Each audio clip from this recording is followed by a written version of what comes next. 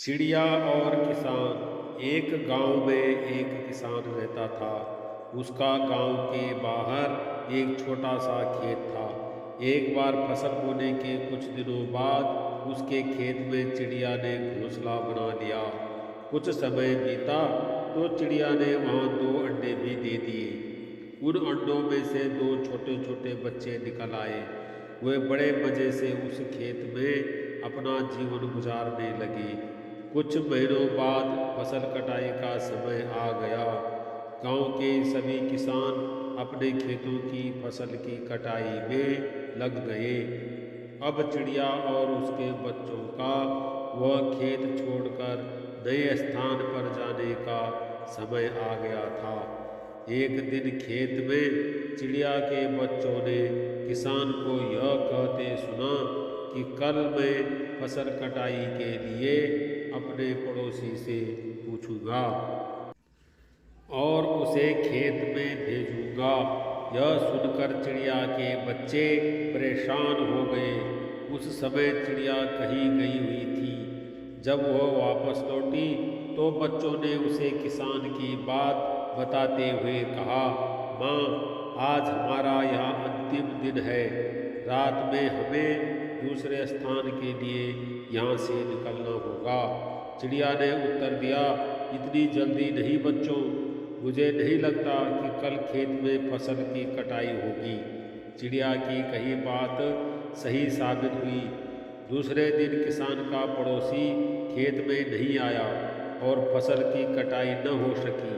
शाम को किसान खेत में आया और खेत को जैसे का तैसा देख गुदगुदाने लगा कि ये पड़ोसी तो नहीं आया।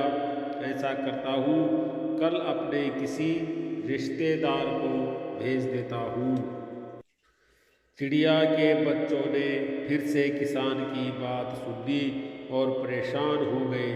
जब चिड़िया को उन्होंने ये बात बताई तो वह बोली, तुम लोग चिंता मत करो, आज रात हमें जाने की जरूरत नहीं है।